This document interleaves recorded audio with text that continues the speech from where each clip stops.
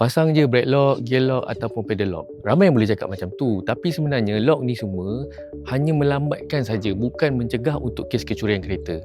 Sebenarnya daripada side syndicate, kalau mereka dah target, mereka takkan panik, mereka takkan cuak pun kalau tengok semua lock ni. Sebab apa? Mereka dah biasa and mereka dah ada cara untuk buka dan rosakkan.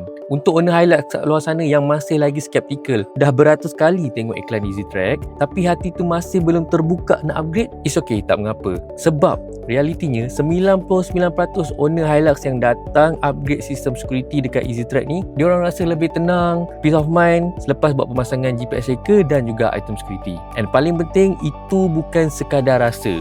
Sebab daripada side EasyTrack, kami ada kes sebenar which is Hilux yang hampir dicuri tapi berjaya diselamatkan selepas pasang sistem security dengan EasyTrack.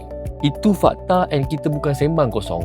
Kalau anda kat luar sana yang tengah survey sistem security yang terbaik untuk Hilux, jangan tengok harga dulu tapi tengok kemampuan sistem tu untuk counter latest modus operandi sedikit untuk curi Hilux. Tim EasyTrack sentiasa up to date berdasarkan teknik terkini. Sebab itulah kami develop sistem security multi-layer berdasarkan kes kecurian yang sebenar. GPS tracker yang mampu counter device jammer, RFID immobilizer, enjin tak boleh hidup tanpa tag, horn bypass kit untuk elak syndicate disable sistem alarm, kill switch dan brake lock in case syndicate gunakan kunci pendua. Dan paling penting, CAN bus interceptor untuk block akses ke elektronik kereta. Yang penting juga, package ni termasuk automotive grade wiring with fuse protection, sistem fail safe untuk elakkan electrical damage, technician yang mahir dalam bidang wiring dan security kenderaan. Wiring yang kami guna ialah ikut schematic original manufacturer, bukan potong sesuka hati. Cut off engine yang tak kacau ECU dan tak kacau CAN bus kereta. Paling penting, pemasangan hidden dan security grade. Package pemasangan GPS tracker bermula daripada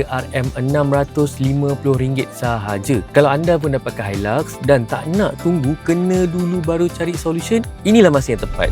Untuk info lanjut ataupun nak book slot pemasangan, boleh tekan butang di bawah ataupun pergi saja ke profile EasyTrack. Untuk yang jauh, jangan risau, kami boleh datang ke tempat anda untuk buat pemasangan secara onsite. Untuk yang dekat, kita jumpa dekat EasyTrack HQ.